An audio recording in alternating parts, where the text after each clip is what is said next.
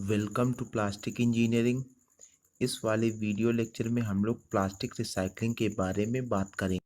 अब हम लोग देखेंगे प्लास्टिक रिसाइकलिंग क्या होता है। तो वेस्ट प्लास्टिक को यूजफुल प्लास्टिक प्रोडक्ट में कन्वर्ट करना ही प्लास्टिक रिसाइकलिंग कहलाता है। अब हम लोगों का प्लास्टिक को रिसाइकल करने की हमें ज़रूरत क्यों पड़ी। तो सबसे पहले हमें इन्वायरमेंट को ख़राब होने से बचाने के लिए हमें इसकी रिसाइकलिंग की ज़रूरत पड़ी। सेकेंड नंबर हम लोगों का है कि प्लास्टिक पॉल्यूशन को फैलने से रोकने के लिए हमें रिसाइकलिंग करने की ज़रूरत होती है,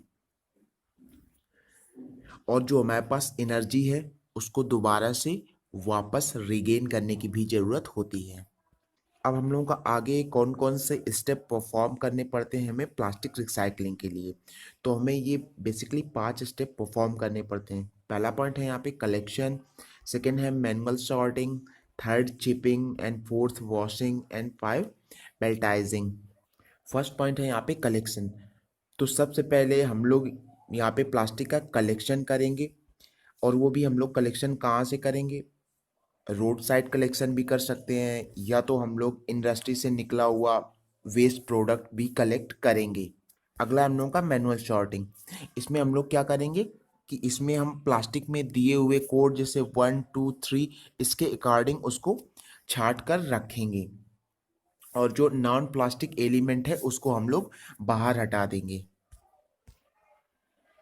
फिर अब अगला है हम लोगों का कि प्लास्टिक को कैसे आइडेंटिफाई करेंगे कि कौन से मेटेरियल की बनी हुई है। तो यहाँ पे कुछ कोडिंग दे रखी है, जैसे यहाँ पे 1 नंबर दिया हो आइडेंटिफिकेशन कोड, तो इसको हम लोग क्या कहेंगे, पेट है पॉलीथाइलिन टेरेफ्थलेट, जिससे हम लोग सॉफ्ट ड्रिंक बॉटल बनाते हैं या वाटर बॉटल बनाते हैं।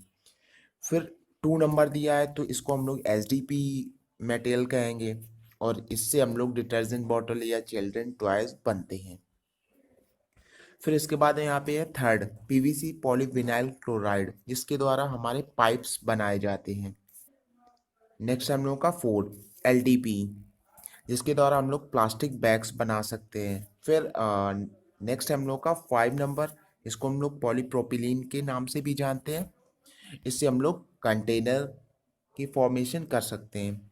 नेक्स्ट है हम लोगों का 6 नंबर, जो कि हमारा एक पॉलीस्टाइरीन का आइडेंटिफिकेशन कोड है।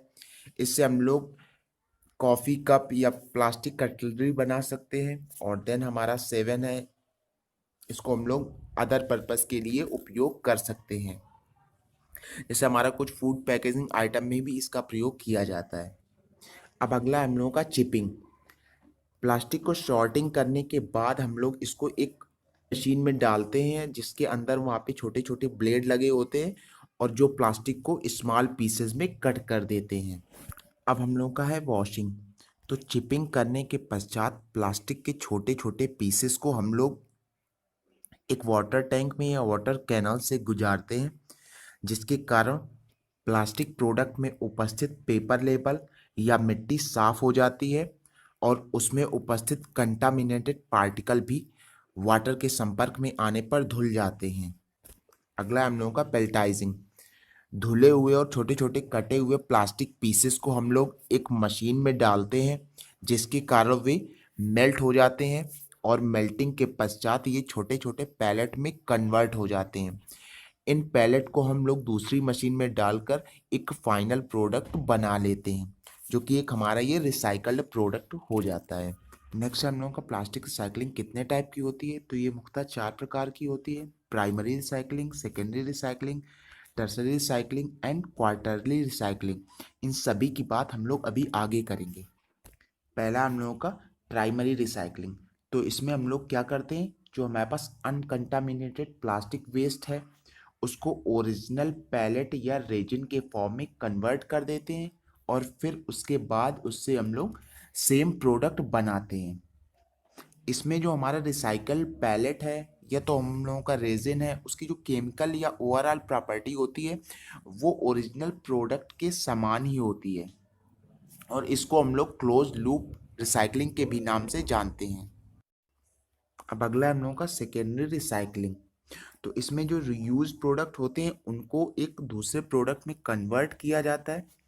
इसे मैकेनिकल रिसाइकलिंग भी कहते हैं, और इसमें मोस्टली थर्मोप्लास्टिक का उपयोग किया जाता है क्योंकि थर्मोप्लास्टिक एक रिसाइकलिंग मटेरियल है। इसमें प्लास्टिक वेस्ट को कलेक्ट किया जाता है और अनेक प्रोसेस से गुजारा जाता है जिसके फलस्वरूप हमारे प्रोडक्ट बनते हैं।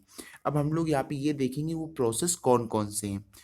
तो सबसे पहले हम लोग उनका कलेक्शन करते हैं या उनको एकत्र करते हैं। इसके बाद उनको क्लीन करते हैं और उसको सुखाते हैं। सुखाने के बाद उसको हम लोग क्या करते हैं, छोटे छोटे पार्ट में काट लेते हैं या उसकी साइजिंग करते हैं। देन साइजिंग के बाद उसको कलर प्रदान करते हैं और कलर के बाद हम लोग उसको एक्सट्रूजन या दाने में बदल देते हैं। एक्सट्रूजन या दाने में बदलने के बाद हम लोग उसको नए प्रोडक्ट के रूप में फॉर्म कर लेते हैं। अगला हम लोगों का टर्सरी रिसाइकलिंग, इसको हम लोग केमिकल रिसाइकलिंग भी कहते हैं। इसमें हम लोग करते क्या, प्लास्टिक वेस्ट को एकत्रित कर लेते हैं, फिर उसके बाद केमिकल की सहायता से उस प्लास्टिक वेस्ट का स्ट्रक्चर चेंज करते हैं।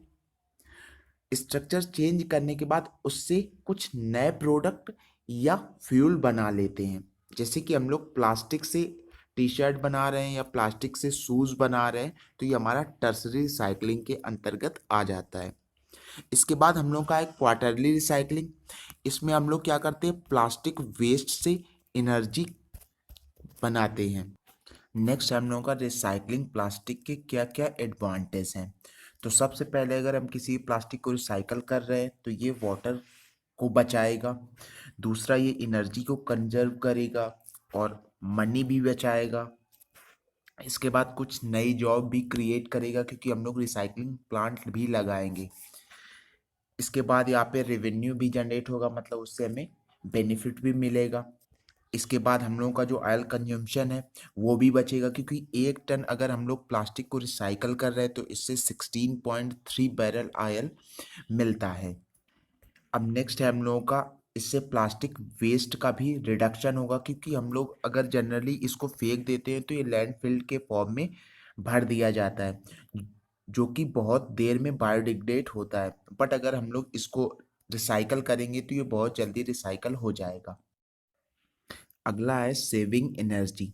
यदि हम प्लास्टिक को रिसाइकल कर रहे हैं तो उसमें हमारी कम एनर्जी खर्चा होगी एज कंपेरिजन टू अगर हम लोग फ्रेश प्लास्टिक बना रहे हैं। तो यदि हम 1 टन प्लास्टिक की रिसाइकलिंग करते हैं तो इससे 5,774 किलोवाट पर आवर की इलेक्ट्रिक एनर्जी बचती है। अगला है रिसाइकलिंग प्लास्टिक का डिसएडवांटेज क्या है।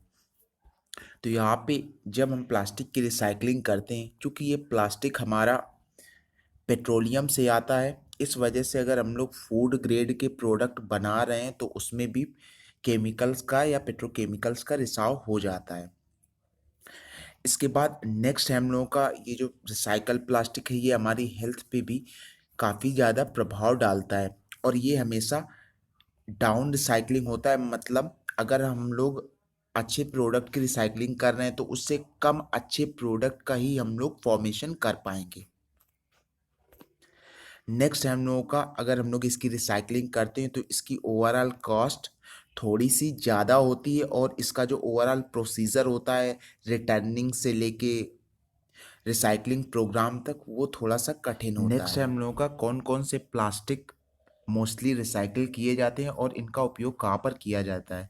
तो मोस्टली 2 टाइप के प्लास्टिक रिसाइकल किए जाते हैं। एक हमारा पेट है जिसका रिसाइकलिंग कोड 1 है और दूसरा हम लोग का एसडीपी है जिसका रिसाइकलिंग कोड 2 है। इनके माध्यम से हम लोग कार की पार्ट्स है या क्लॉथिंग्स आइटम्स या फिर हम लोग न्यू बॉटल का फॉर्मेशन करते हैं। इस वाले वीडियो में इतना ही। नेक्स्ट वाले वीडियो में हम लोग इसके आगे के